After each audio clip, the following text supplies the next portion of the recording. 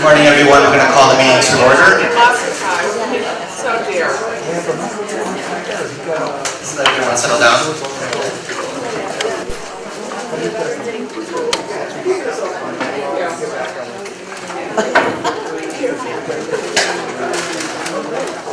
Hello, everybody here? Hi. I'm Richard Franco. I'm with Adult Protective Services. Our department is Workforce Development, Aging, and Community Services. I'm still getting used to that because we just changed the name recently. Anyway, we're here today to present on a very important task force. I will go over a few housekeeping things with us before we start. We have the agendas up here. I'm just going to make sure everybody has an agenda. And we also have the board motion up here as well. So if you don't have one, we can bring one to you. Does anybody need one right now? Okay.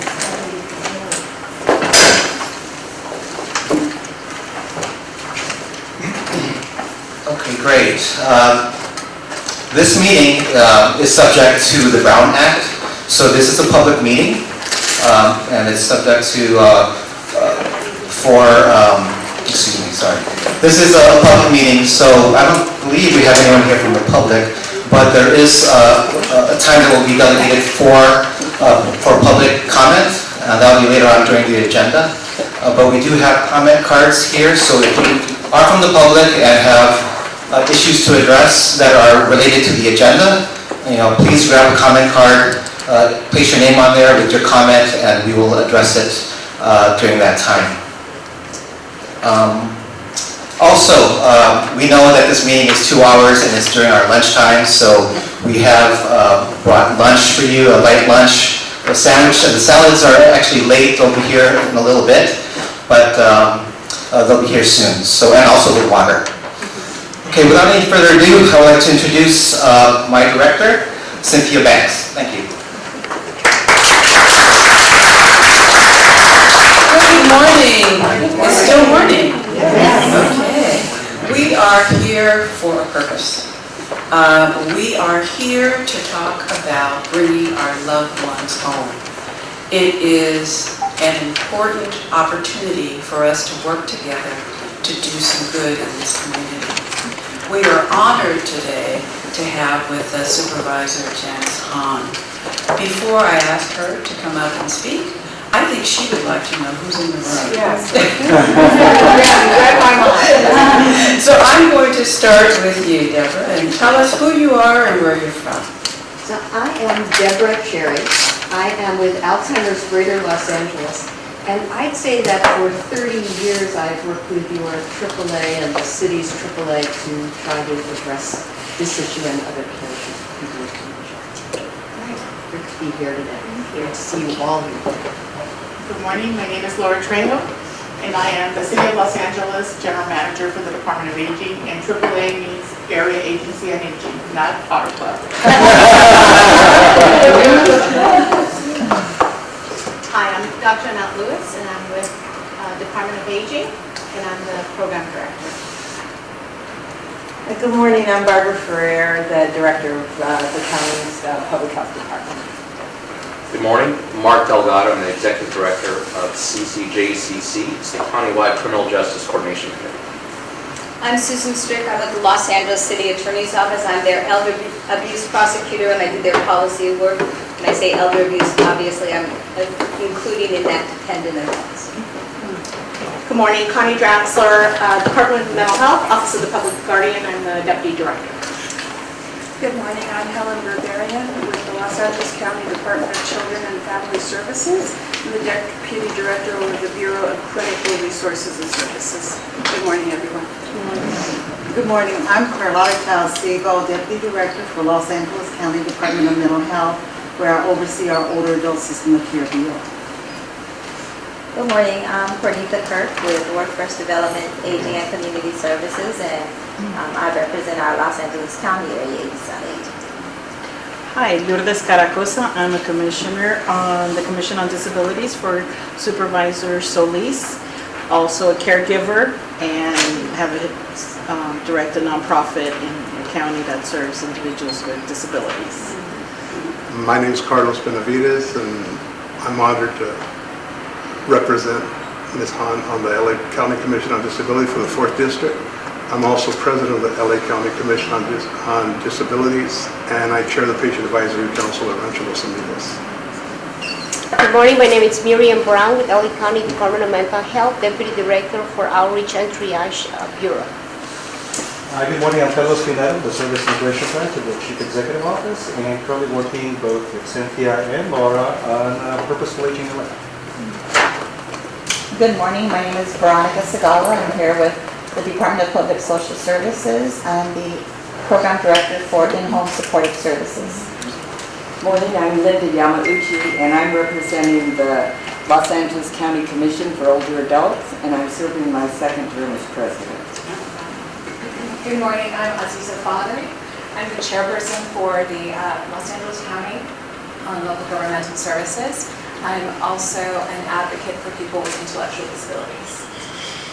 Here we're going to just go around the Good morning, everyone. Kevin Anderson. I'm Cynthia's Special Assistant with WX. Mr. Franco again from Adult Protective Services. I'm Mark Walker with Supervisor Han's office. Good morning, I'm Dr. Adrienne Navarro. I'm here from USC Tech School of Medicine. Carol DeVigo, also with WDEX. In the back. Hi, I'm Liz Odagal. I'm with Supervisor Han's office.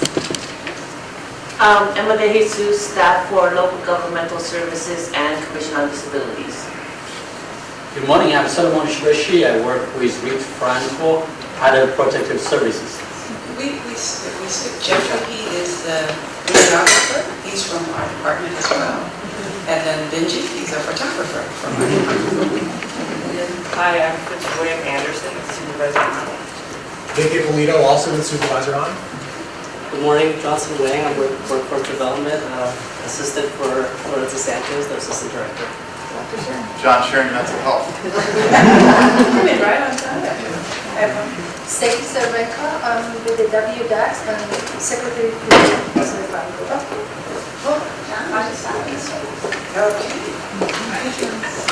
So we are here because this motion that was passed on February the 28th calls for a coordinated county-wide effort to address the growing problem of wandering individuals suffering from Alzheimer's, dementia, and other memory-related impairments and autism. We know that this is an issue that needs to be addressed as our older population continues to grow in Los Angeles County. We know that by 2030, from 2010, the older adult population will double. That's significant. And we also know that the incidence of Alzheimer's and dementia continues to grow within our community. So we need to address this issue now while we still have an opportunity to do so. I want to thank Supervisor Han and Supervisor Catherine Barger, who are the co-authors of the motion, for their leadership in elevating the profile of this issue in Los Angeles County. I'm honored as well to have the board entrust WDACS with spearheading this effort.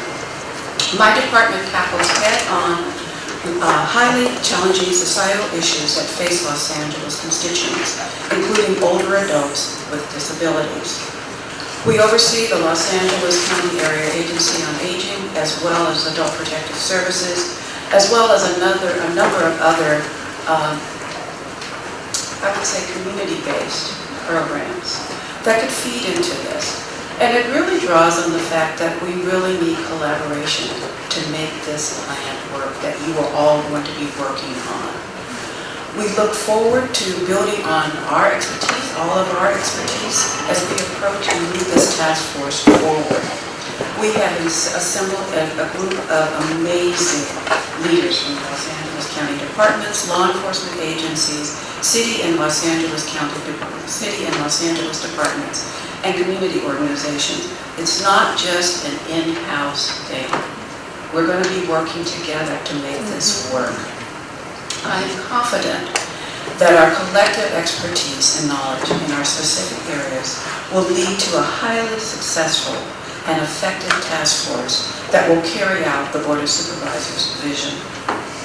And now, it is my honor to introduce to you Supervisor Hahn. Supervisor Hahn was elected to the 4th District in 2016 and has made homelessness her top priority. She previously served in the United States Congress representing the 44th Congressional District. Before serving in Congress, she served on the Los Angeles City Council from 2001 and 2011. She is a passionate and a visionary public leader. Here she is, Supervisor Hahn.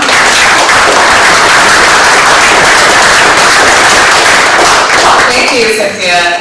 I'm so pleased to be here this morning, and I'm telling you, my heart is swelling with pride for the County of Los Angeles, the City of Los Angeles, and all of you who have dedicated your lives in your own particular field to public service. You know, Laura and I were just speaking before we started the meeting, and how you know, people are now looking to local governments and agencies to solve their problems and show leadership. People are so frustrated with what's happening in Washington, D.C. They're not going to look to the federal government for tremendous leadership and help. They're not even going to be looking to Sacramento. They're going to be looking to their local governments, their local city councils, their local county supervisors. That's where people are expecting and hoping that we will hear their problems and solve their problems. And I must tell you, just listening, the fact that Catherine and I introduced this motion on February 28th, and here we are, you know, less than 2 months later with a task force meeting.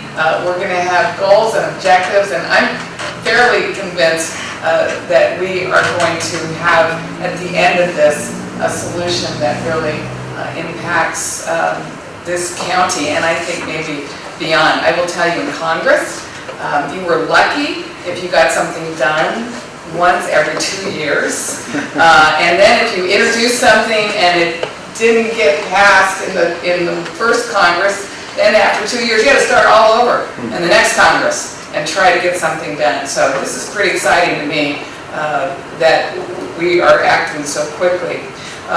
Again, I really want to thank you for being here. It's clear that we've brought together a really incredible coalition of stakeholders from across our great county to develop solutions to a difficult, I think, but not insurmountable problem. And that's the problem of individuals with Alzheimer's, dementia, and autism wandering and becoming lost. I must say, I really just became aware and involved with this problem right after I was elected or when I was sworn in December. And I heard about one of my constituents in Manhattan Beach, Nancy Polikas. Nancy is a Manhattan Beach resident. She suffers from early onset Alzheimer's. I believe she's 56. And she's been missing since she wandered away from her family while visiting LACMA in October of last year. Mark and I went to her home in Manhattan Beach, and we met with her husband and her parents. You know, they're searching for her every day. But it was clear that they were frustrated a little bit in the lack of coordination among all the different agencies, all the different counties. As far as they knew, she could have boarded a bus and been in a completely different county by now. They've searched, you know, nursing homes. They regularly call the coroner. So it's just a heartbreaking search. And come to find out that wandering is a common problem associated with dementia, Alzheimer's, autism. According to the Alzheimer's Association, 60% of people with dementia will wander. at some point. Well, a study by the Interactive Autism Network found that 49% of children with autism will engage in wandering behavior. So with the rates of dementia projected to increase, it's obvious to think that this problem will also become more common. And while the vast majority of these individuals are recovered, and I think we'll hear about that this morning, obviously wandering cases can end in tragedy. I am so hopeful that this task force will identify some solutions that will help recover individuals faster and give their family members, their caretakers, some peace of mind. One possible solution that's been brought to my attention is a very successful program established in the city of Glendale. And Glendale uses Project Lifesaver International, a system of wristbands that are distributed to interested families through the Glendale Police Department. Each wristband contains a transmitter that can send signals to a handheld receiver. The wristband is not under constant monitoring by the police department, but once a caregiver notifies police that their loved one is missing, the receivers are activated connected to that wristband's frequency code. So officers can then locate the missing person using multiple receivers to triangulate their wristband's signal. It's like a LoJack for people. There are currently 19 individuals, this is a statistic that I love, there are currently 19 individuals enrolled in this program in Glendale, and since it started, 7 of them have wandered at some point, and all 7 were recovered quickly because of this device. I think this is a promising option to consider. Obviously, implementing a program like this in LA County would be much more complex than in the city of Glendale. But I think that's why we've assembled this very smart, intelligent, connected task force. I really believe that you will be able to figure out something that will work for LA County. Again, I really want to thank all of you for doing this. I just believe with all my heart that this is going to be one of the most significant things that we do together. And the thought that we could come up with something that would give hope, peace, comfort to people whose loved ones are suffering from one of these causes of wandering would be such an important thing. And if this is the only thing I accomplish in my years as a county supervisor, I'll be happy. So thank you so much for being here, and I really look forward to hearing some of the ideas and obviously the ultimate solution that this task force will come up with. Thanks. As you can tell, the supervisor is passionate about this issue, and so we are really glad to have her here. She's going to stay as long as she possibly can. Today's meeting, because it is the inaugural meeting, is to try to get our feet wet on where we are right now, and then so we can move forward. We are going to have the assistance of Dr. Navarro from USC to lead us through the process to talk about where we are now and what we need to plan for our future project. And so with that, I'm going to just, unless Richard has something else, I was going to... That's quite all right. Yeah, I'm going to do the form up. Okay, and I'm going to just sit back in the back and be part of this. Just real quickly, before we introduce Dr. Navarro, I'm actually the lead for the department for this project, so you're going to see my face a lot within these next few weeks or so, while we get this report together for the supervisor. Just to give you a little bit more background on me, again, my name is Richard Franco. I'm the program manager for Adult Protective Services. And if you're not familiar with our program, we are responsible for the investigation of all elder and dependent adult cases that are reported in LA County. We receive approximately 40,000 reports a year on cases involving senior neglect, elder abuse, financial abuse, physical abuse, as well as self-neglect. So out of those 40,000 reports that we receive, we actually deal with 35,000 cases a year. So we have a total of 130 social workers throughout LA County. So if you do the math, we have a large workload, and it's a very complex work, as you can imagine. Of those 35,000 cases that we do receive every year, a solid 1/3 of those involve individuals with cognitive impairment. So we are very much in tune with the issue of Alzheimer's and dementia-related issues, including wandering. It's a problem that I've been with the county for 20 years, all with adult protective services, and I've been out in the field as a social worker. I see the devastation that these diseases cause, not only the clients that we have, the patients that we serve, but also their family members. It's devastating not only to them on an emotional or physical basis, but also from a financial standpoint as well. So it's a very critical issue that we need to deal with. Like Supervisor Hahn and Cynthia has mentioned already, there are a lot of wonderful programs that are out here within LA County, but also outside of LA County that we'll be discussing shortly today. So as daunting as the task may be, as it may seem to us, I think there's already a lot of great information out there. It's really our job just to gather information, glean the best of the programs and systems that are already out there, and really come up with a great solution here in LA County. So without any further ado, I'm going to introduce a longtime friend, actually. Dr. Navarro and I have worked back in the day as social workers. She was with Senior Care Network in Pasadena back in the late 90s, so we go way back. She brings so much experience dealing with the geriatric field, and really great to have her on board. I'm really bad at introductions, so I'm actually going to read her bio here. For more than 25 years, Dr. Adria E. Navarro, I know her as Adria Emerson, by the way, but she's a PhD in LCSW who has worked in healthcare with a focus on serving vulnerable older adults, especially striving to see that person-centered care is provided to those experiencing and adapting to diminished functional capacity. As a longtime social work administrator, Dr. Navarro has obtained her doctorate in gerontology to now better be positioned to help translate findings from quality research into practice. And this is practice that is focused on positive patient outcomes.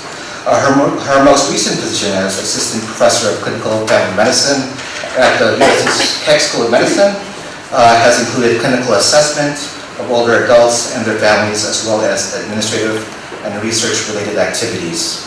So Dr. Navarro, it's all yours. So honored to be here with you today as we launch this very important task force, bringing our loved ones home. I think that I'm so impressed by the representation around the table, and yes, and I think now we kind of move into this part of the meeting where we need to sort of roll up our sleeves a little bit. My thinking today is that we really want to be clear on what exists, what services and programs we have. I was talking to a couple of you before the meeting, and this is not something new. This is long time efforts have been focused on this work, but I think what's really exciting new today is that we want to really strive to collaborate and develop coordination so that we can be more successful and avoid the tragedies that we heard about earlier from the supervisor. So without further ado, we're going to kind of talk a little bit. In my mind, we're looking at this work, sort of some different areas, is looking at what exists, how can we kind of leverage that and enhance that, so that I think we'll take a lot of today's meeting to be clear on what that is, what we have within the county, within the city, but then also outside, as we heard about some really innovative new practices and bringing some promise that might be helpful to us as we look to solutions. So let's think a little bit here about services and programs within the city and county. And I guess as we go forward this next hour or so, if you can think about what you can share with us that represents, kind of, I know some of you were asked to represent others today and all, but really think, what do we have in place already? What is it we've been thinking about, wishing we could do if we could collaborate with other departments and other folks? So kind of get that those juices flowing. And I'd like to begin by thinking then a little bit about what does exist within the city and the county. We have one, asked you to submit those that would like to share, but I have a feeling being a small group that will begin to have everybody, we'll have time for lots more sharing as well. Azita Fathery had been willing to tell us a little bit about sort of at least a couple of years of work that you've been doing, and so I'd like to ask if you could share a little bit about that. Thank you so much. Thanks for including me today.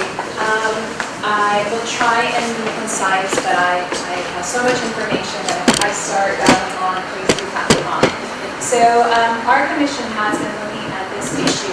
It's two separate issues actually that we're looking at is when we do have someone who wanders, what is the protocol in which our first responders are using to find that person quickly and cost effectively? We have found that we do not county-wide have a cohesive plan. There isn't a single module like the Project Lifesaver that's being used. I know Glendale, I live in Glendale, and I'm very close to the police department there and Sergeant who heads Project Lifesaver. And I have friends whose children wear the bracelets and have been found because of this project. So I'm somewhat familiar with that, but what I've learned through our research in the commission is that other police departments or the sheriffs, for various reasons, either it's cost, training, or they don't feel that that module is appropriate for their landscape. So that's one issue that we have found that we are missing is we can find one module or protocol that is adopted countywide. An example of Project Lifesaver, it's very effective if the person who is in Glendale wanders from their home, stays in the boundaries of Glendale. If that person wanders off and goes into Eagle Rock or further down into downtown LA, then Project Lifesaver is no longer effective. The police department can and do take the transponder up into their helicopter and they can locate the person, but again, unless we have surrounding agencies adopt the same protocol, then we lose the efficacy. So once they're in Eagle Rock and maybe it's been a while and Glendale hasn't done them, they can't then say surrounding agencies, they have this bracelet, use the original transponder in this other area. So that's why number one is if we can find something that works for everyone, all of the agencies countywide, that would serve everyone best. So interoperability with that program. Yes, so which actually if we have maybe a subcommittee and have representatives of the sheriff's department. I thought they were going to be at this meeting. Yeah. Yeah, so as many of the fire departments, the sheriff, the local police departments, if they can be present and share with us first, what is the protocol that they use in finding wandering people? And second, have they adopted a module like Project Lifesaver? Because I only know that Glendale has this. So that would be information we would need to know and why they haven't adopted something else. Okay. What is the cost of that? Yeah. Per child, per person, per... So the bracelet, look, I'm not as well versed with Project Lifesaver, but I do have the forms and maybe Project Lifesaver, its cost is a one-time fee, is an ongoing service to the company. I feel like there could be some small purchase discount on the scale. At this point, don't fully know what it's going to be since I looked at it. I think it's a one-time fee of $200, $300, and then an annual upkeep of $100 to maintain batteries, maintain a database that's kept in their central location for that actual company. Our thoughts to talking about the sheriff, I think that is too costly. That's one of the things we're pushing for from the supervisor's office, saying, tell us the cost, because it's very possible we can find money. And if this is the best solution, let's not say cost is the issue, because we pay for lots of things. And if this is worth it, then we will find ways to make it feasible. But if cost is a hindrance and there's something better out there for less, well, that's certainly a great thing too. Yeah, I was just going to add that, I think that, oh, sorry, that the details, kind of that specific kind of detail about different systems and all, I think that's probably a report that we as a task force could generate kind of more comprehensively, looking at, other possible solutions as well, so that we can actually have the cost factors. So I foresee that as maybe one of our to-do list items. I'm going to keep some notes as we go along. Sorry to interrupt you. I'm going to let you finish. Just since you asked about the cost, I believe the transponder is something like $3,000. So it's not very expensive. And the transponder can be taken up into the helicopter. So we would have a greater range of maneuver finding.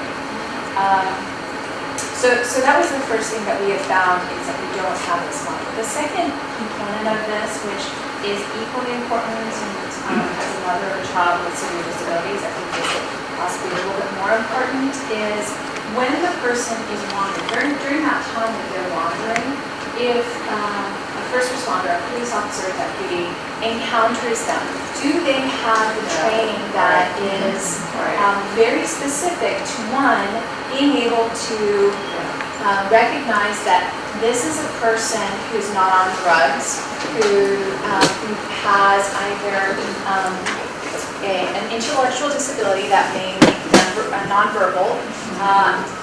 Is this a person who poses danger?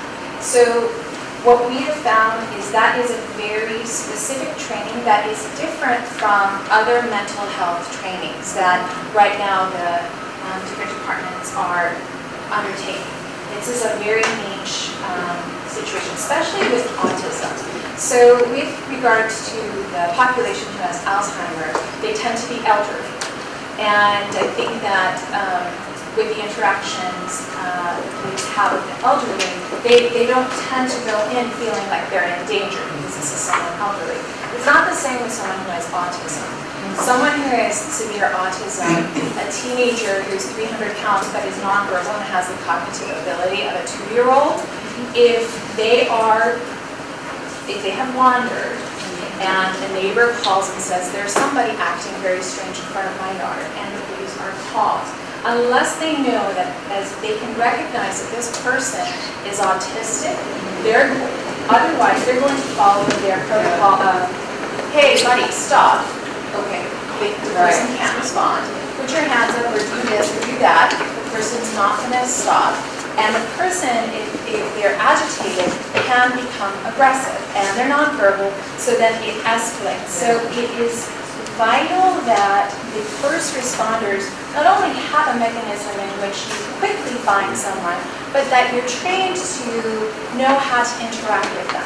So, and typically, like with a Project Lifesaver, there's a small team that's dedicated to that, okay? But they're not the ones who are always out on the field. All the other officers who are out on the field and are responding to these calls that are not necessarily, hey, I found a wanderer, they are the people who need to be trained on how to interact with people who have intellectual disabilities, which includes autism or Down syndrome, or if they have Alzheimer's.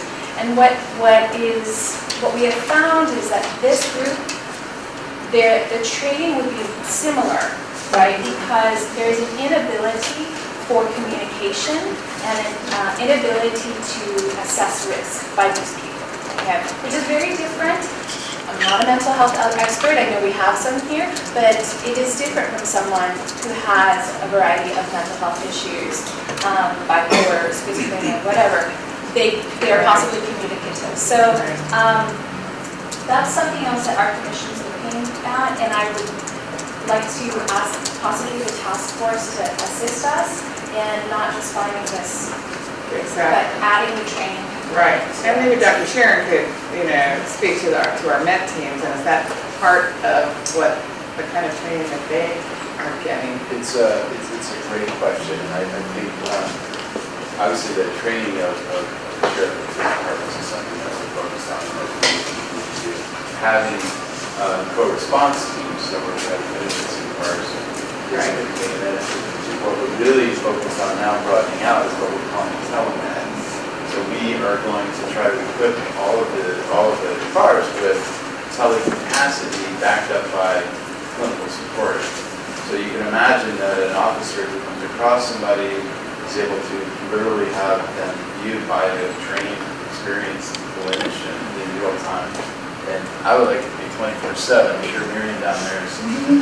But I mean, so the point would be that all the beat is ongoing, and we can have clinicians who can be notified in real time, take a look at what's going on, and provide. So even if they don't have a physical mental health professional with them. Exactly.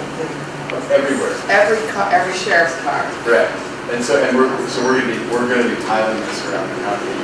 The motion from 7 months ago now prompted us to really push this, and I think it's a really important move for us. I have other thoughts that are on a different angle, so I can. If I could just get 2 more minutes. So from this, then what occurred from our hearings is the sheriff station at the City of Industry, they began a pilot project because of all this that we've been learning about. They used Kate Mobius, who presented at the hearing that introduced this motion of bringing our loved ones home. So she is a trainer of first responders on how to interact, how to identify and interact with people who have autism, and it's about a 4-hour-long training. The police in Glendale have been getting this training for 4 years, and I think 75% of our officers have been trained, which is of course much more difficult when we're talking about county and even like LAPD, the number of people we're talking about. But what's happened, so this sheriff's station at City of Industry, they trained over 200 of their deputies with this, and it was received so positively that Captain Murakami created a report. I gave Mark the report, maybe he can forward it to you and you can go look at it. And what then Sheriff McDonald saw how valuable this was, so he has appointed a lieutenant from that station to expand this training. But it's going to take 6-7 years for this training to, just with the Sheriff's Department, to be unfolded. And so we have started something, it's just not quick enough. And we need the buy-in of local police departments as well. So we're having a meeting May 2nd that you're all invited to, and Emma, some of our staff can give you that information. That's it for now. Thank you for the time. It was all good for that last thing about the So real quickly, I just want to take a temperature. So as far as services and programs within the county, how many of you have information to share with the task force today? You can just raise your hand if you have some information on existing devices and services. 1, 2. Any other hands? Okay, I just 3, 4, and I think Dr. Sharon, you wanted to share as well. I just wanted to get kind of a sense time-wise so that we include everybody. Dr. Cherry, would you like to share a little bit then? Very briefly, in our attempts to educate, to work with first responders, what we became aware of is that there are online training programs. And so when we get to bringing this up to scale, we may need to look at, is there an existing program that, I know we have one that works for dementia. Does it also work for autism? Does it work for other disabilities? I don't know. And that's something that could be integrated into the system that already exists for training our first responders. We need something probably set for fire department and police, and I think they both exist. They're just probably not utilized here yet. And secondly, we have ERs, we have the coroner, we have the police and the sheriff, but we don't have a system that brings them together. And so last year, a Japanese elderly man came into the emergency room and had dementia. They thought he was drunk. Let him go, and he died. That was it. Another story, just like the 300-pound person, was a gentleman who went looking for his home at night and was shot by police in the Central Valley in the last year, an elderly man. So, I mean, I just put those in because I think we're more alike than we are different. I also want to say that there are other transmitter systems that exist around the country, and we should probably do some sort of exploration, because if something only works for a very small distance, people are wandering and they're getting on buses and going to Vegas. In 15 minutes. They're dying in the desert.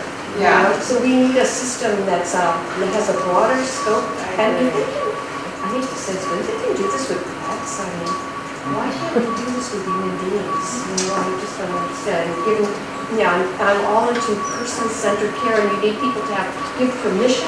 Yes, But it could well be that there are voluntary ways that we can attract people much more. Those tips. But with permission only. I mean, I'm not saying mandatory or do that to everybody. I was gonna say, I don't think these pets, that's To save, keep people safe. And then finally, I wonder if there's some way to use our Amber Alert system. Yeah. A silver alert system. Those are just the things I thought I'd ask. Those are good. Before we proceed, can we clarify exactly who do we consider to be the first responders? Outside of law enforcement, fire department? Yes, we consider ourselves to be first responders, so I think we have to kind of determine who's our... In this case with Nancy from Manhattan Beach, right, she wandered at Blackburn, but, you know, when the family tried to notify law enforcement, what ended up was they said, well, since she's a resident of Manhattan Beach, your Manhattan Beach Police Department is now the lead agent. They had no experience with this kind of wandering.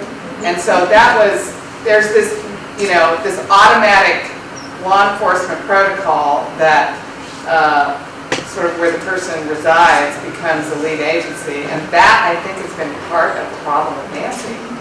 No offense to the Manhattan Beach Police Department, but, you know, for them to be the lead agency on this, you know, it's a very small police department and probably had no experience. And so I think part of this coordinated, you know, response, I'm not sure who that lead agency should be, but it's automatic right now that it becomes their place of residency, that department takes over. Well, what's the protocol for children? So, I mean, there might be a blueprint already available as to what happens when a child goes missing and who's got jurisdiction. And can't we duplicate that blueprint? Yeah. Okay, I have to leave because I have to go to SCAG and talk about other issues. This is much more interesting to me right now. But you're so wonderful, all of you. Your expertise is just amazing. I just want to real quick. Yes. Sorry, because I want to hear this. Okay. So the other thing here, you know, this for me, I think of it more as diversion away from leaving, and that involves caregiver support. Which is a big part of our field, and I think, you know, we need to be thinking about what it is that sometimes we drive people away from their homes. And the more we're able to support the household, the fewer people are going to leave. So it's kind of an upstream intervention that we need to be considering. I just wanted to add, I was thinking along the same lines as Jonathan, that you know, also issues of working. I mean, a lot of folks are in care facilities, either during day programs, or they're in full care programs. And I also have concern about sort of not having the least restrictive settings. I don't know any other way to say it, but as this task force sort of makes recommendations, sometimes the fear of people wandering is creating, what I think are sort of inappropriate, restrictions that really limit people from living their full lives. So, I feel like the training goes both ways and the support goes both ways, and part of what this task force might be able to look at is how do we really work closely with all of the folks that are involved in a caring system for people who may wander. And, how do we make sure that we're both, being attentive to the needs of those caregivers and those institutions, but really, the heart of this is being respectful of the rights of individual people regardless of, their status. So I was hoping that we could, do both, because I feel like people are in a lot of different settings getting care. And sometimes you walk into some places and you're just appalled at what gets done to, to provide safety at the cost of, what I. Well, which why the ultimate solution from this task force, hopefully will give, I think I said that in my remark, will give that peace and comfort to the caregiver as well, that we have put in place a very loving solution that if in fact your loved one wanders, That's right. we're going to bring them. Although maybe some of them don't want to be brought back. And just before Is what you're telling me. Before you leave, I would like to throw that out. The motion calls for a report back in 60 days. Right. We have a lot of information together. We may ask for an extension of time so that we can give you I a was pretty robust. excited about being in the county, not Congress, but anything under 2 years. Okay.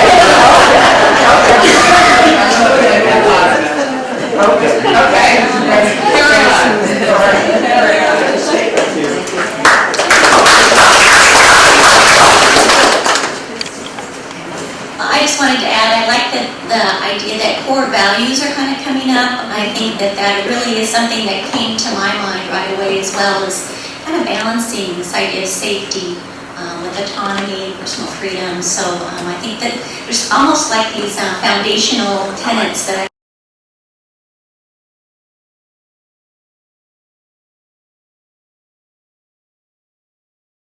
I think we all draw from that are important to be clear about as we work as a task force. I'm wondering, Lord Trejo, would you like to share a little bit? What I wanted to share was, as Zita was speaking, one of the things that came to mind, especially with the WPD around this very question, was that one of the challenges they took before us was when people call 911 as an adult, there is a sense that there really isn't an ability for law enforcement to really assess the situation clearly. When they hear missing adult, they think person went to the store and you don't know where they are. There really isn't a protocol that says, are they somebody with a cognitive impairment, that they can then take them in a different path. So one of the dialogues we've been having is, and also with Alzheimer's, what would be the correct sequence of questioning so that they don't, because what happens is they say we have to wait 24 hours, right? Well, 24 hours, you can be in another state. And so part of what we also need to come up with is to really think through when does the original point of action occur? And the point of action for adults may be very different because I think people pay a very different risk, attention to children that they don't pay to an adult because they'll think that you made an informed decision to go somewhere. And that your family is saying, well, she doesn't know what she's doing, but they're saying, wait, I don't know that. They could have gone voluntarily. And so part of what we need to think about is what kinds of, from the beginning, triggering events, what would have to be in place before we get to the transponder. So I just want to have us think that way because also we have to help our law enforcement or any first responder to know what to ask the families or the person calling so that we get to that answer, which is, well, this person is just not an adult who left the house and I can't find them. It's an adult that has a disability that needs to be addressed differently. So what would be the sequence? The other thing that we've been working on at our end, because we believe that part of this process is also educating families and older adults to really take control of their health information. So for many years with the cooperation of our sister department of WEDAC, we have been disseminating the file of life across Los Angeles County for a very long time, and that has AV, if you all want to see one. But it's very simple. This goes on your fridge, but there's also one that you carry in your wallet, and it gives you important medical information. This is something that we created a partnership across all the first responder agencies in LA County. It's something we didn't want to look at. I know it's extremely low tech, but it actually would provide people more information than they have right now, which is what happens if something happens, how would people know? And sometimes folks, that I talk to, they have no identity anywhere that anybody can connect them back to, and that's how the loss becomes even more prolonged and necessary. So something that we have already put in place, we've done a lot of roll-ups to LAPD, LA Sheriffs. I mean, we really been talking to everybody in LA County for a long time. The other thing is also we've been developing, this is the required size by LAPD. We developed informational tools for law enforcement to carry with them. which is basically all of our 800 numbers or phones that work 24/7 in case they're in the field, because remember, we may take a little while to train. What could they take with them that they could have right now, so they know that they can reach out to one of us, even though they may not know what's going on, but they know something's happening. So we've been working on trying to educate our first responder organization, and also begin the dialogue with them about what would they need and where are their challenges. And so those are some things that, that LA City has been working on that we'd be happy to discuss more with you. The other one, just one last thing, was in Japan. One of the things that I was looking at, they've actually come up with a decal that you put with nail polish. It's like, one of those quotes that you get at the store that you can take a picture of and then it tells you how much things cost. They've done that, but for people with dementia, and you just put it with nail polish and it's scannable. Like in any grocery store, you can go in and you go like that and it tells you the person's name and that they have where their return. It's very low tech, okay, and it's very non-invasive. Not a chip. I was kind of worried about that one. But it is something that they are using, and the other thing that they're doing is they're training communities to be able to be dementia friendly or friendly to people that look disoriented, confused. So that rather than training families or just law enforcement and all of us, they're actually training entire communities to say if somebody were wandering and you saw something that doesn't look quite right, then those are things that you can provide a response and get requests for information. So for example, we're trying it in a very tiny little way in the city. We have a program called SOS, Serving Our Seniors. And that's an internal service to city employees that if they identify an older adult anywhere in their work in the city of Los Angeles, that they can call the Department of Aging and tell us. They can actually have a little boilerplate email. Who's the person, what are they worried about, what did they see that made them go, oh, something's wrong. Last year, we received almost 500 city employee referrals on thinking something is wrong. They come to Dr. Lewis, she goes through them, and she makes a determination of how to respond. And oftentimes, we refer to our agencies to make the visits or whatever, but we take action on the intuition of our city employees. Because imagine putting, as Cynthia reminded me, 154,000 pairs of eyes in LA to be thinking that I don't have to own it, but I can tell somebody what to do. Again, very low tech. This is basically an email that they sent to us saying, what did you see? Why are you uncomfortable? And I'll give you an example of telephone service, Department of Water and Power, lady called 10 times in 2 days requesting duplicate bill. What does the operator do with that? She knows something's terribly wrong. What she does with that, she sends us an email, she says she called 14 times for duplicate bill. I think something's wrong, she didn't have a safe in her house. We sent out a care manager to her house. Yeah, she's very confusing this for me. We can act it. So again, low tech, we can activate purposeful aging, we can activate all city and county employees and municipalities across the county. Because it doesn't cost them anything to send an email. And it also is a good human services for their employees, that they don't have to be worrying about what happened to Mrs. Jones that I came in contact with and I know something's wrong, but I can't do anything about it. So we have code enforcement, all kinds of people making referrals to us in the process of engaging them. So those are things we're doing to try to resolve supporting our health management. I love the idea that, low cost and low tech, it seems possible, doesn't it? It gives us some hope that there's really some ways that we can hopefully tackle this. I know, Susan, you've had your hand up from the city attorney's office. Yes, hi. One of the things that's very important, as Laura mentions, is the training of the first responder. And to me, for most of the work that I do, it's the 911 operator.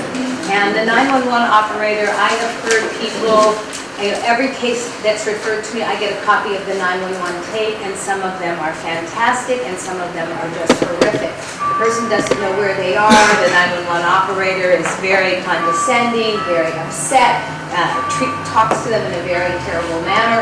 So we really need to have training in that area.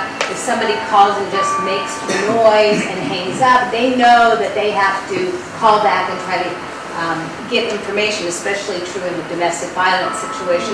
So it would be very true if somebody was nonverbal as well. So that's a big, huge, important part of any training.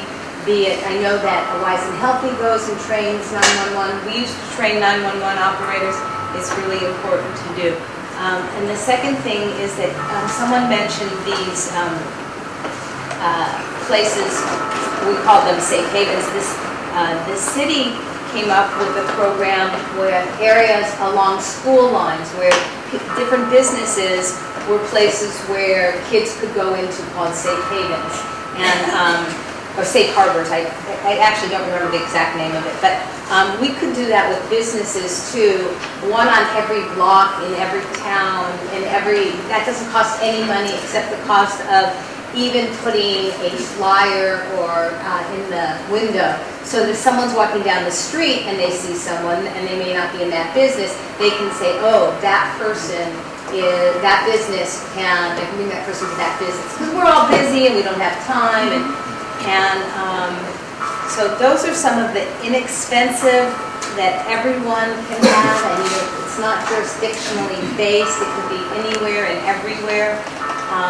It's easy to do.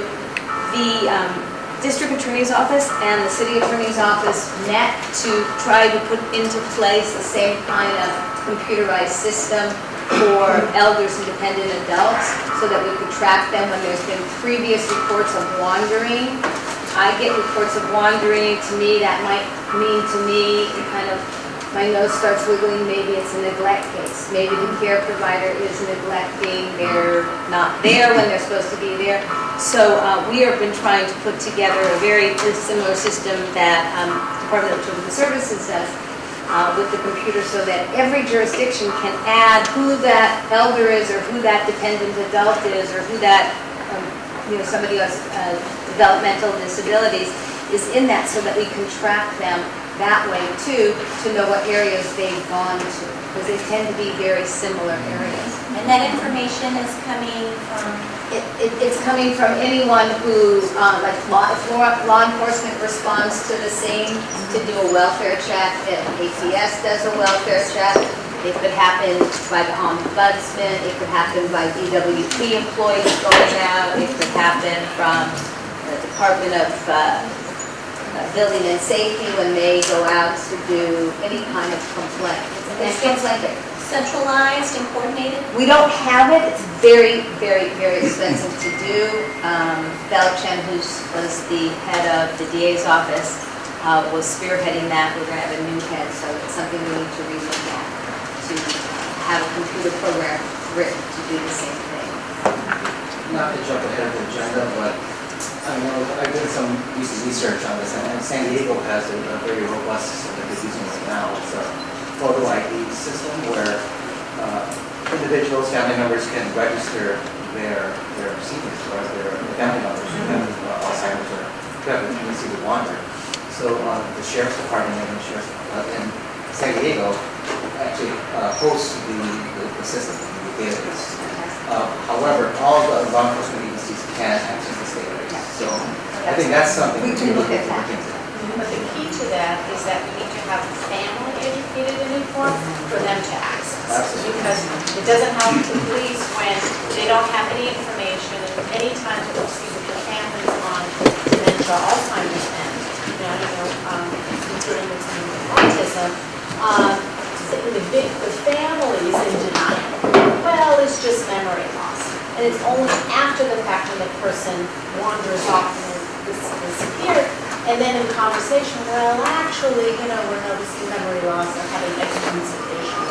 So I think we definitely need to bring the dialogue also to provide training and education for families, whether it's working through the Alzheimer's Association, I think also very importantly, through on the medical end. I'm not hearing a lot of that. A lot of the doctors who are doing the diagnosis are not making the direct referral and connection to the community resources that the family needs, which is like an Alzheimer's Association, or giving them resources for a silver alert. Just like with the DMV, once someone is diagnosed, we should be reporting it also to the DMV, because this person should be evaluated. We have to do with one of our members. As well as to kind of jump on what Susan was saying, pulling in businesses. I think trusting organization out in the community that is in all of our communities are faith-based organizations.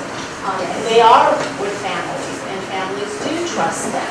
And seniors do walk into faith-based organizations, churches, temples, synagogues, what have you. So you should also think about pulling them into the conversations, as well as nurses, case managers, the medical directors, to ask the right questions. They're not just treating, the infection and the bruises, but are they doing some maybe mental, a few, 3, 4 questions that they just need to ask to make sure that, you know what, maybe this person can't be on their own. We need to find an emergency contact for it. I was just thinking about Medicare does cover a well person visit now. Yeah. Is it well person well? It's I think it's an annual wellness visit. Wellness visit each year that is covered now. So yeah, kind of, I think integrating, because as I'm listening to, I'm thinking of people that don't have caregivers or family, and as they begin to lose functional ability, it's like we need a system that begins to shore up. Our new district attorney of our elder abuse unit just joined us. So. And by new, she means this is day 4. Wow. Sorry, I'm very sorry. So one idea that speaks to your mention of San Diego, and you have a question and an issue with the 911 operator. So another kind of low-tech solution is you can establish a premise history. So in Glendale, there's a voluntary premise history that caregivers can fill out. And it includes as much information as you want to include. Name, description, physical description, if there's particular medications or allergies, how do you interact with this person if you find them wandering, a picture, and then you submit this to Glendale PD. They put it in their database, so if I put the phone numbers that are the alerts that bring this up.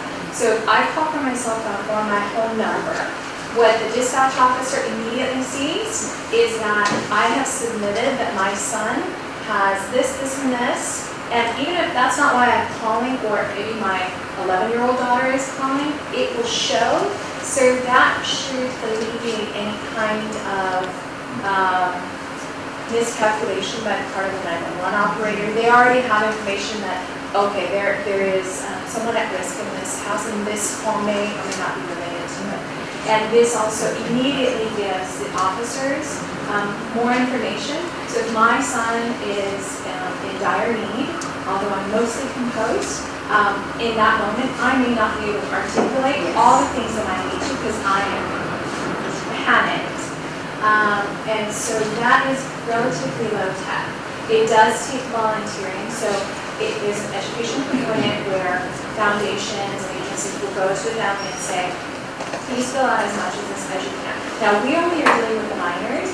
I think with adults who have a conservator, their civil rights issue would not be violated, in which you're offering, no, I'm looking at the attorney. Are you attorney? Yes. Yes. So I don't know if you can do that with anyone about the age of 18 who doesn't have a conservatorship. I don't know if that's a civil rights issue, but for at least the ones who have a conservatorship, we could have that. Yes. Or a power of Okay. So I'm just looking at the clock, and I want to be sure that those of you that are, wanting to share a little bit, let me know again who's from a department that hasn't shared, that's going to want to share a little bit of what exists already that you want to enhance. Got 2 hands up. Okay. So something that no one has mentioned yet is the medical alert system. And until we find something better, we do have medical alert. It is not that expensive. I think it's $60 to enroll in the program. And they have a medical alert found in California program, is my understanding, and they do create a database with a lot of the information that was just shared by Ozita that is available to police departments. And it's not a perfect system because it's not proactive. Some good Samaritan has to find the person and find their bracelet and call. But it is available. It's not very expensive. And a number of the supervisors for the County of Los Angeles have actually paid for this in the past for lower income people to get these bracelets. So that's a great thing and easy, but not perfect.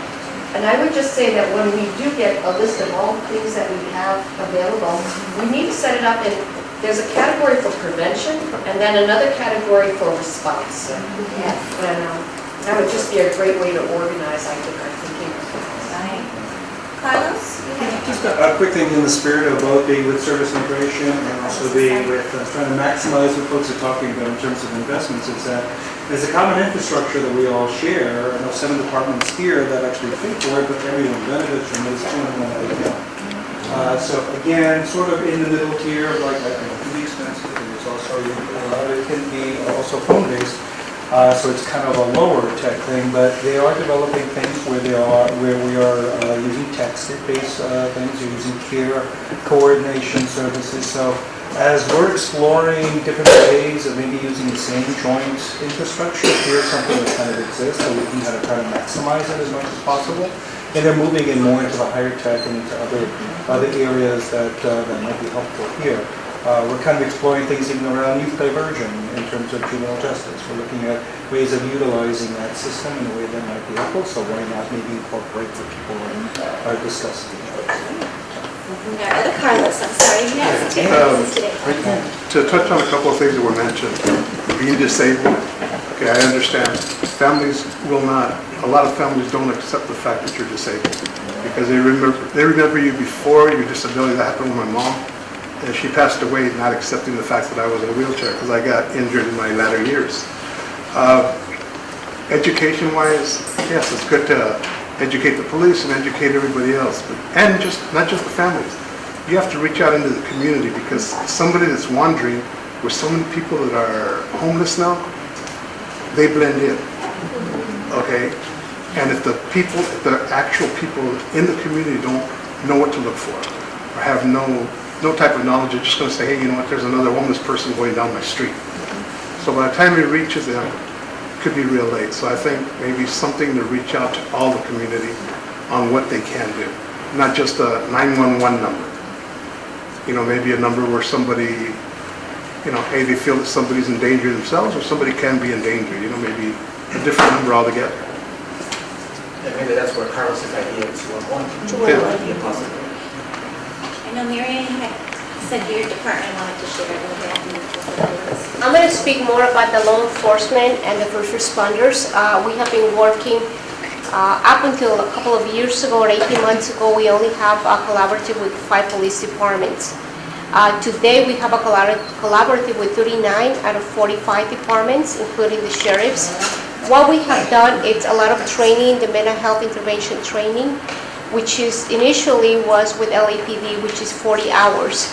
And that training includes delirium, dementia, depression, Alzheimer's, and we also have the Autistic Society to come and make a special presentation to all law enforcement. Today we have trained over 1,000 officers. In the training, it's both by LAPD and DMH clinicians. So it's a lot of exchange, a lot of interaction between both departments. So what they have done, because we expanded our mental evaluation teams through all the law enforcement, anyone that comes and joins the department, they come through the 40-hour training. But additionally, the Chief of Police Association of LA County, they realized they cannot do the 40-hour training for small police departments. So we began a collaborative with the District Attorney's Office, the Chief of Police Association, and Mental Health, and we developed similar training, sort of replicated the training that LAPD has, but it's only 16 hours. But that gives them the opportunity. It's pretty much the same. It's a little bit more condensed, but we bring individuals so they'll be aware not only about the mental health component, but delirium, dementia, depression, people with disabilities, autism. We also do a lot of roll calls. We attend the roll calls different hours of the day, 6 in the morning, 11 o'clock at night, whatever the shift is.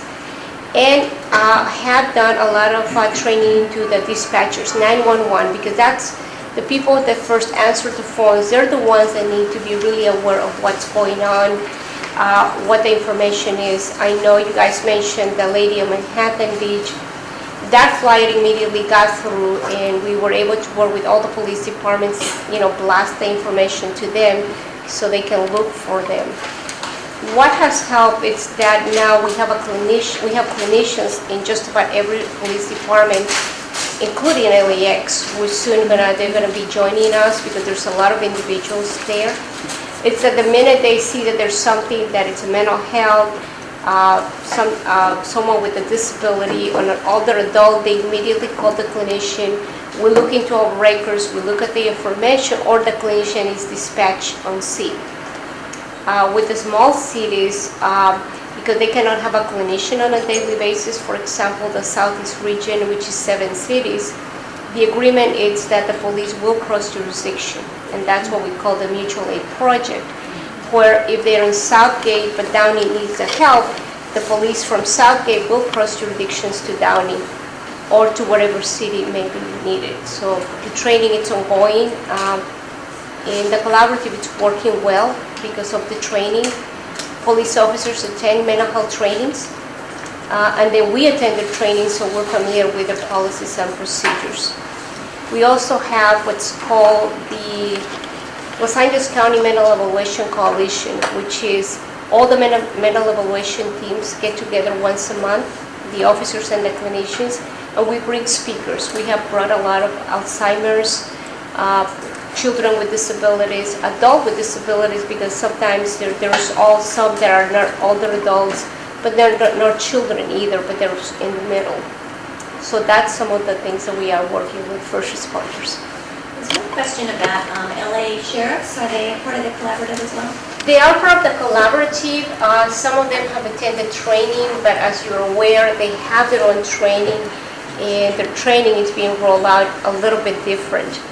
They have hired a lot of mental health professionals. Actually, a lot of the psychologists that are doing the training were from our mental evaluation teams. They have 5 of them that are working closely with them, but they're doing their own training with their own mental health staff.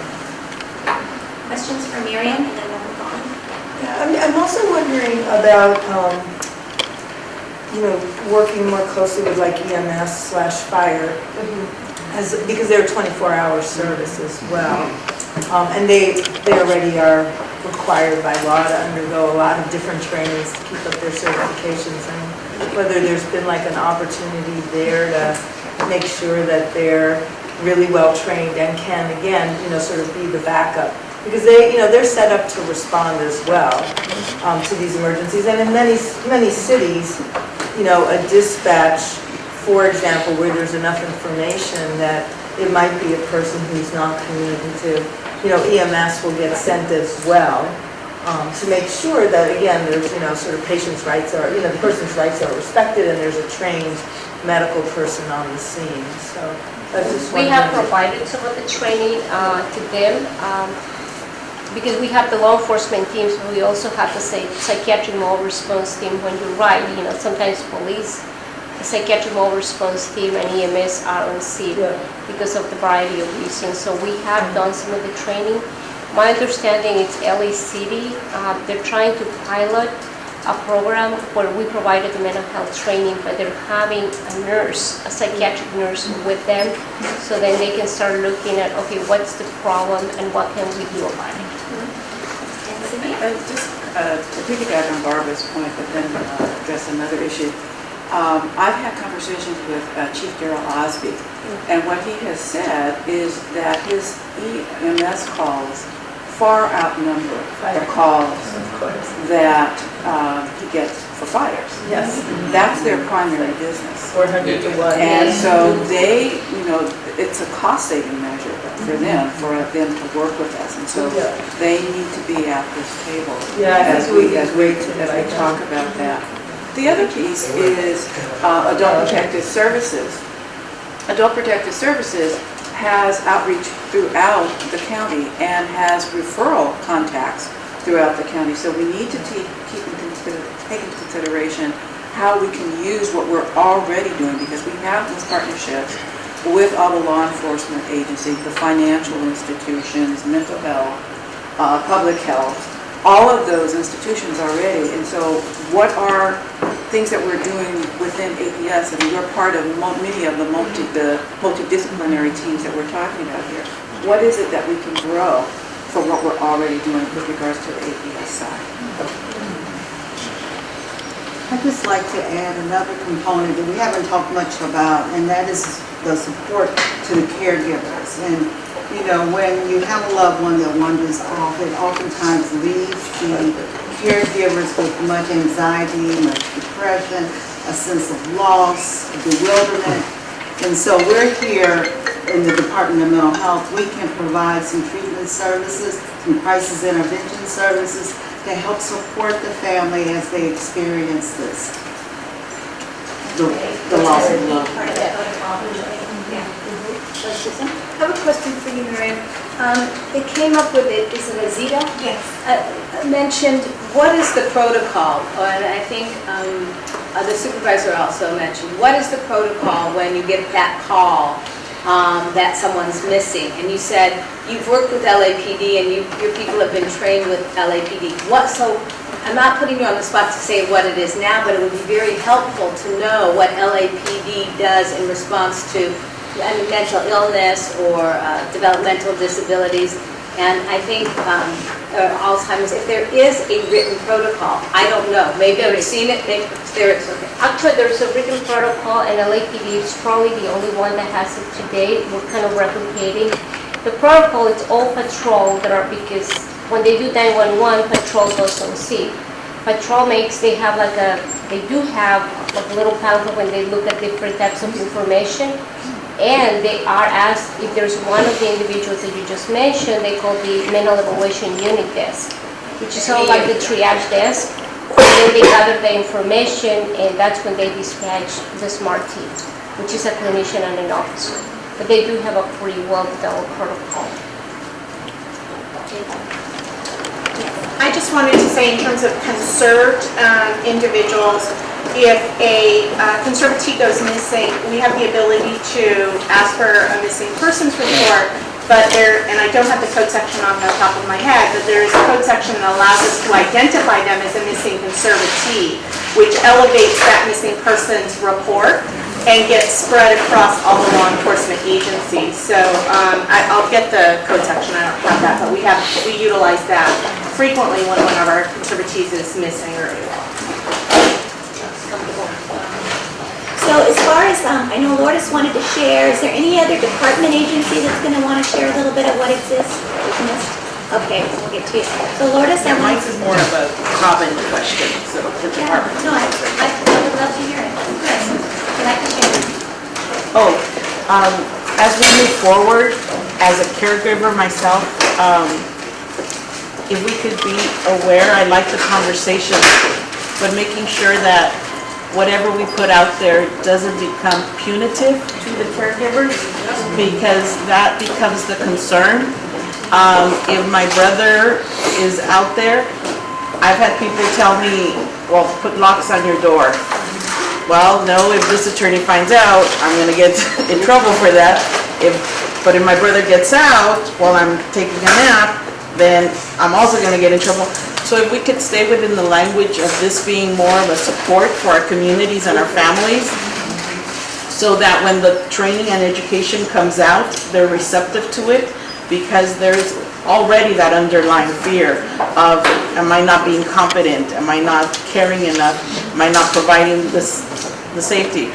And my brother's an adult, you know, so for children, it's like, you're ready to turn that information over because they're a child, but when you're taking care of adults and caring for adults and they're your neighbors, am I going to report it because then my neighbor's going to get the visit from Adult Protective Services?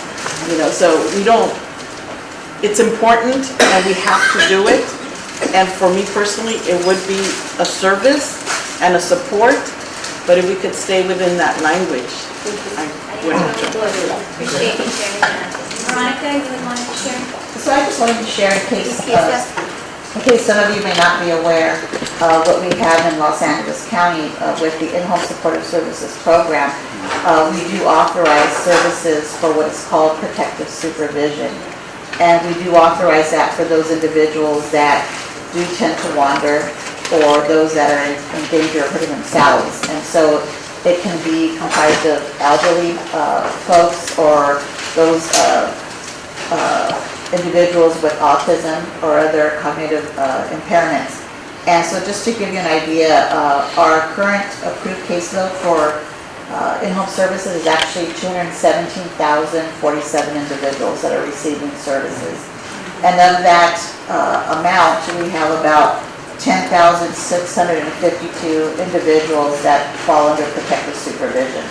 So it's quite a big number, and of course that's not all encompassing. I'm sure there's other folks out there that do need services. The program through LA County and the state helps pay for a caregiver to provide 24-hour care, but in reality it doesn't pay for the 24-hour service. What the state and the county actually pay for is you pay on the person's impairment level. The maximum service hours could be 283 hours, or someone that's considered non-severely impaired, it can be 195 hours per month. And their caregiver is then paid $11.18 an hour. And they're responsible, either the caregiver or the family is responsible for those hours that, of course, the county and state and feds, I forgot to mention, don't pay for. So it's a burden on the family, of course, to try to find that other piece of actual 24-hour supervision. So I just kind of wanted to share that out there in case folks were not aware that we have a program in place. It's more of a preventative, but of course there are those situations where they come to us because they've already encountered that situation where they've already wandered, and luckily we're able to find help. What is the difference between the regular IHS protocol and the protective services? Is it prohibits the individual from leaving the home? Is that? It doesn't prohibit them from leaving the home, but it's for a caregiver to be paid to try to monitor them to. So their job is just to protect them. Right, so that they don't wander off. And so we go through the regular assessment process. A social worker goes out to their home, and a lot of times it's like, for example, children with autism, they're referred to us a lot of times by regional centers where they've already been assessed with the severity and level of their autism, for example. We also have folks advocates in the community, of course, that have led the family to us. A lot of times we have folks, children with Down syndrome or teenagers with Down syndrome, for example. And again, also those that have early onset of Alzheimer's or dementia that fall into this category. But they go through the same application process. Yes. And then if they're indicating that they need this protective supervision service, yes, that's when you provide. Right. And but IHSS is for a specific population, right? Specific income. Yes. It's not for the broad. Right, it's for just low income. You're absolutely right. Yeah, I was thinking of a constituent right now that I know they have IHSS and there's been some wandering and they would value that particular protective services piece, but it's another application and. Well, so you can just call, or you can, if you have that person's information, you can always forward it to me also, and I can take it back. Yeah. Because if they're already on the program, then they would just be assessed for that piece of protective supervision. That extra piece, great. I think that efficiency is what we're looking for, is really helping families and individuals, to get the support.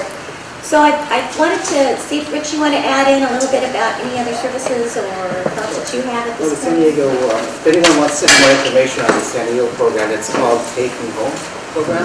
What's it called? Taking Home. Taking Home. In fact, I will share that information with you all in the email. I think a few of the municipalities do that. Is that Yes. San Diego? No, I believe Ventura does it as well. Ventura has one. I had heard about this up in Oregon. I used to live there, Washington County. They had something similar to this. Yeah, I think it's definitely worth looking into. It's a low-hanging fruit, I think it's great. Exactly. Before we summarize the meeting today, though, I did want to ask, does anyone here have any contacts with CHP? Because I was looking for, they're the ones who oversee the silver alert. And I'm not sure if you guys are aware, but there was an elderly person that just became lost on Tuesday in Pasadena. I'm not sure if you're aware of that. But the only reason why APS was made aware of this is because someone read the newspaper and found that in the press news. So I'm not sure how exactly these silver alerts are working. Yeah, I don't know how it works, but we can certainly connect to CHP and just listening to a lot of conversations here, also, just wondering whether, and maybe this has already been done, whether it makes sense to try to get all the police agencies, and even just do a survey of some of the questions that have come up, and we heard about what Glendale is doing, some of the things that LA has in place, but would it be worthwhile to, in addition to reaching out to CHP, but just do sort of a survey of what departments have in place, do they have any policies, are there particular interests that they would have, and what they want to see in terms of a proposed solution to what we're talking about here. And if that's something you're interested in, I can definitely help put that together with you all. And we're also talking about with other municipalities, right? Major departments. Yeah, they were invited. Sorry to interrupt. I was talking a lot with LA Sheriff. John Gannon was the one who run the training simulation out in City Ministry. Glendale PD was invited here. They have the project like they were currently running, so they couldn't show up for various reasons. It's unfortunate because they're a big part of this. These are the police department. So what I liked is that John Gannon, not to put words in his mouth, I think he would attest this as well. He heard about the motion, talked to us a lot about it. I actually went to the training session, which I'd love to share with anybody. It's phenomenal, both on de-escalation as well as the autism training, kind of the soft skills. But John Gannon said, this is great. Something like this would be great. This needs to happen. And some of the keys are, it can't be piecemeal together or segmented. Oh, sheriff's going to do this, and LAPD is going to do this, but Glendale's doing this. And so we can't necessarily mandate as a group to say, okay, LA County is going to do this, and you have to, because there's so many people that need to buy in. But that's the goal, is to come up with a list of options in various categories and to say, once we get all people on board and say, yeah, this is good. Is it perfect or the best ever? Maybe not, but if it's good enough for 90% of the people and everyone votes for it, that would be phenomenal. But I know sheriffs are interested in doing it. They have a huge interest in it, being over the MET mental evaluation teams anyways. This kind of plays into that, and they're asking for a lot more of those as well, so these services all kind of come aligned. To the silver alert question, I know it's useful and that is active. One of the problems is saying if we're going to run into this versus just a medical alert, where they can be registered through law enforcement itself, silver alert has the risk, of course, of overuse. And if we have 10 wanderers a day and everyone on their cell phone get text messages saying, oh man, there's another one, oh, there's not. At some point there's that overkill where then we are less responsive to the absolute needs. So I think we should look at silver alert, but I don't know if that's first chain of command to say, yep, it's just silver alert, mass amount, or if it's 48 hours later. Those again are good things to think about for the protocol. How do we do this stuff when? I know the district attorney's office wanted to comment. Well, I was just going to comment, it's that when you were mentioning the Pasadena case, I live in Pasadena. We've joined like a neighborhood internet group called nextdoor.com. I don't know if anyone has this, but they sent me the alert on the missing woman, and it's got her picture, it's got all her physical description, where exactly she was at the time she was last seen, what she was wearing, her car, she drives the license plate. So there are some, things that are already in our communities that if more people knew about, and it doesn't happen very often that I get an alert. This is the first time I've ever seen it. It was yesterday. But it's a lot of information, and anyone in the neighborhood would be able to spot her because they put a picture on, and that's Pasadena PD. It also, this also has, garage sales and things that the neighborhood's trying to get rid of, so there's superfluous stuff in there. But it does do the neighborhood criminal stuff, as well as apparently wandering away. So in my mind, I'm hearing, we want to kind of leverage the collaboration that's already going on. And I think, I'm getting a sense that there is quite a bit of work already happening that I think we just don't all know about. And I think we're kind of feeling like there's a number of systems and devices that might exist that might be a good match for LA County, but we need to know more about cost and kind of how to scale up something. So we need low tech, probably low cost, and maybe those can be some solutions for us. I know that there is a next meeting that's planned for May 10th. That date and the location is very tentative at this point. And so we don't know where, but if you want to calendar May 10th as the next meeting time. And I wanted longer available? Is that- Yeah, that's right. Oh, no, that location is available. We're not sure though if we need to move it back here to the door. Pardon?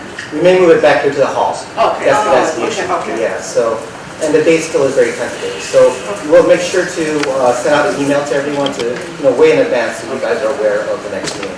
And I didn't want to close the meeting. Yeah, we're not closing it. I just kind of wanted you to be thinking about, if we're going to get together on May 10th, there's some work that needs to take place between now and then.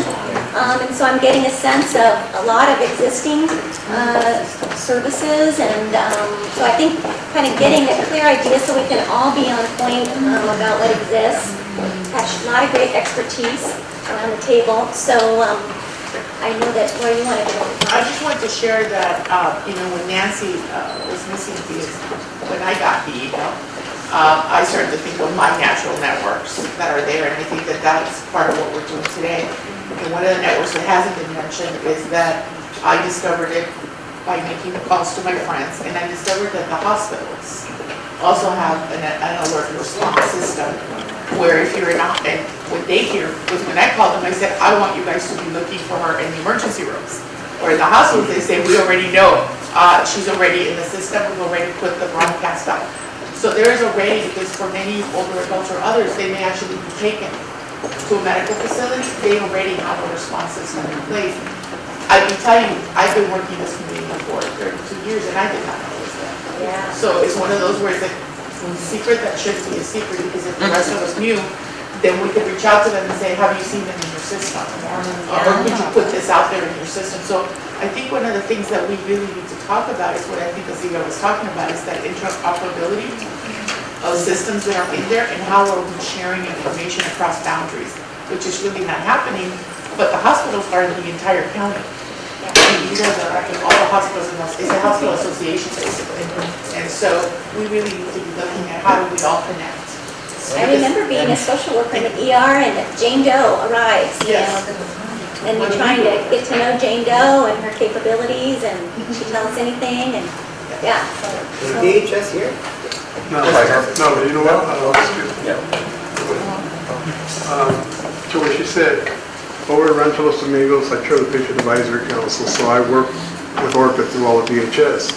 And what we do have is, we do have two different alerts. We have a silver, which is for somebody wandering, an elder person, somebody might be lost. We also have a pink, which means everybody in the hospital will drop what they're doing, and everybody will search that whole floor. They won't let nobody go out the doors. They won't let nobody go anywhere until that person is found. Okay, and those are the two accounts that they use. Yeah, but this is just within the county hospital system. I mean, there's something called hospitals, but I think the silver alert is a countywide. But if you could add, like you say, you want to separate, because sometimes, hey, they do look for a child faster than they do for an adult. So if you can differentiate it maybe with a color, okay, then they know, okay, this is a child that's being abducted. This isn't just, okay, we don't know if it's a child, we don't know if it's an adult. How aggressive are we going to be? They're going to be aggressive with an adult, but they'll be more aggressive with a child. So, just going back to the example of Nancy Felipe's, APS had an open case. We did not have an open case. We opened the case after we heard of her, becoming lost. But there were just, as Supervisor Hahn had mentioned, there was just so much duplicated effort done throughout the county. I had our APS social workers calling every hospital out there, every nursing home. But come to find out that, the other departments were also doing the same work. So there has to be much better collaboration. And I really feel that there has to be, and I may be putting all this work on our program, our department, but it'll pay to have a central agency to be the one to coordinate all these efforts. And Carlos, if you'd like to volunteer, that would be great.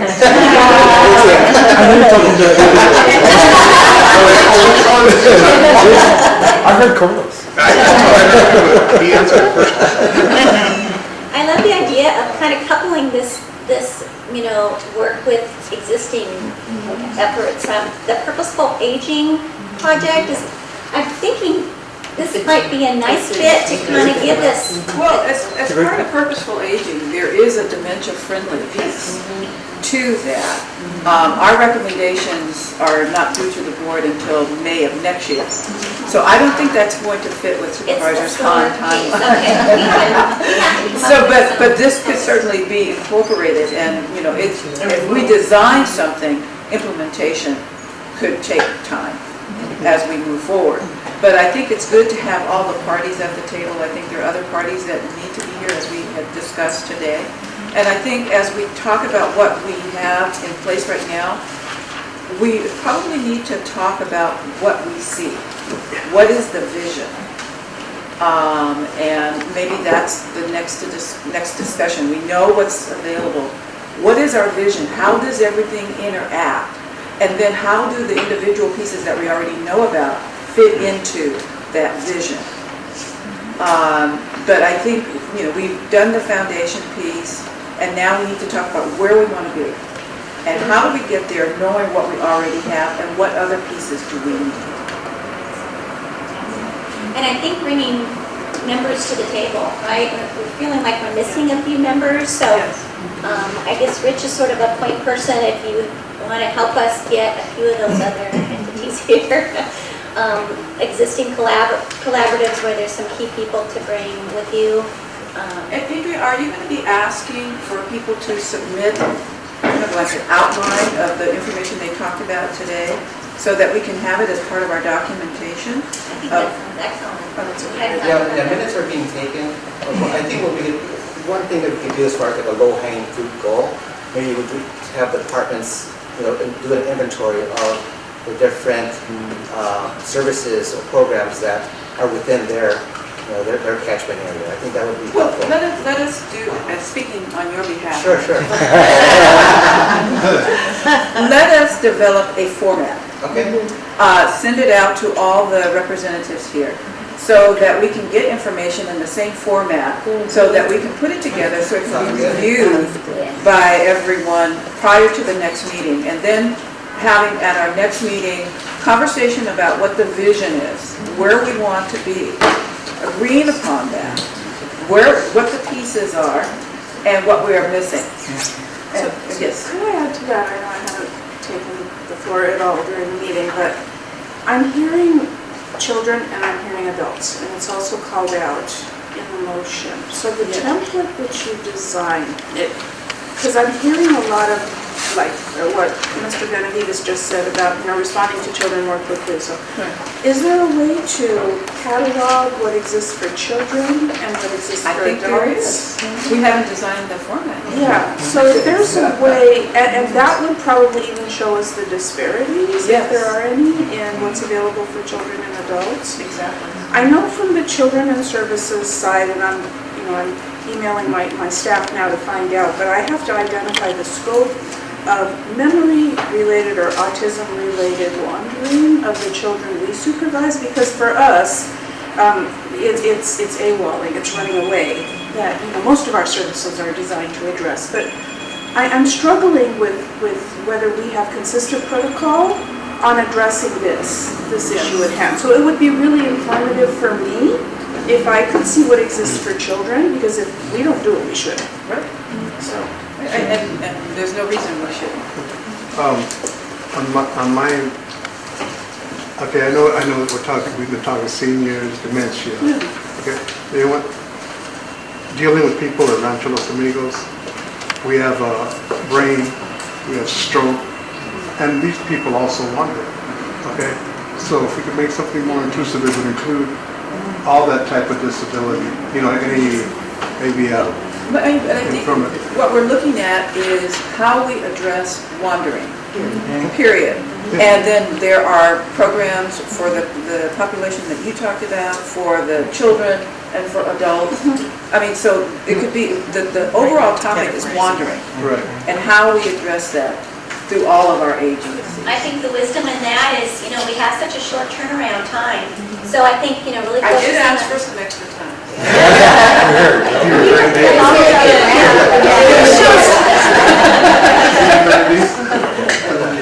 So we're wrapping up a bit. Are there burning ideas that you didn't get to share yet? I don't know if just an idea, but one thing that I appreciate, it has a lot of face validity that, you know, if you're people with dementia or children with autism or youth they wonder.